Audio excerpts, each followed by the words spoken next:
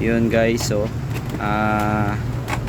sa mga naka-sniper 155 dyan, ito isang ebidensya na ang isang issue ng sniper 155 yung napuputol yung kable. Ayan yung throttle cable nya, ito malapit nang maputol. Buti na lang sakto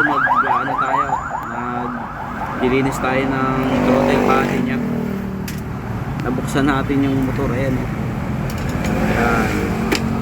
Yun, sa mga naka-sniper 155, check nyo rin yung kable nung sniper nyo, baka abutan kayo sa daan. Ang tinakbo ng motor na to is 15,000 kilometers. Yan, paputol na siya. Yan.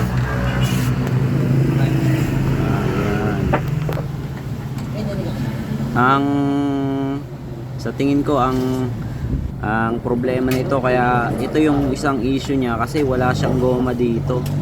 Ito, ayan, wala siyang goma dyan.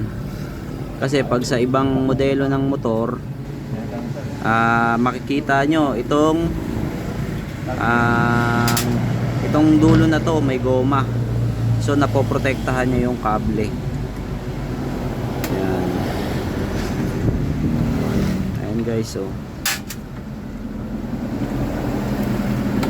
yun lang, paalala lang sa mga naka-sniper din.